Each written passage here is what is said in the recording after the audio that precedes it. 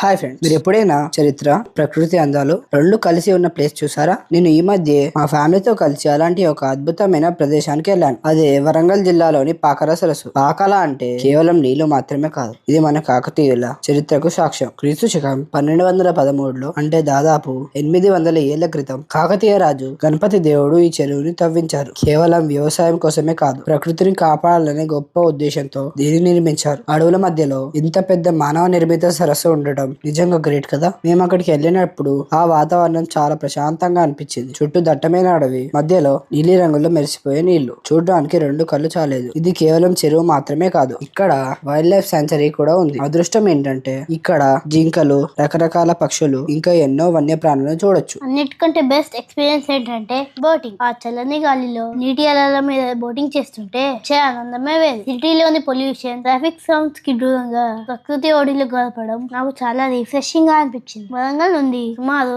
50 kilometre దూరంలో ఉన్న ఈ పాకల సరస్సు మా తెలంగాణ టూరిజం లో ఒక మహనం లాంటిది. ఫ్రెండ్స్, మీరు కూడా వీలైతే మీ ఫ్యామిలీతో ఒక్కసారి పాకాల వెళ్ళండి. మన చరిత్రను, ప్రకృతిని దగ్గరగా చూసి ఎంజాయ్ చేయండి. ప్రకృతిని ప్రేమిద్దాం, పర్యావరణాన్ని కాపాడుకుందాం. ధన్యవాదములు.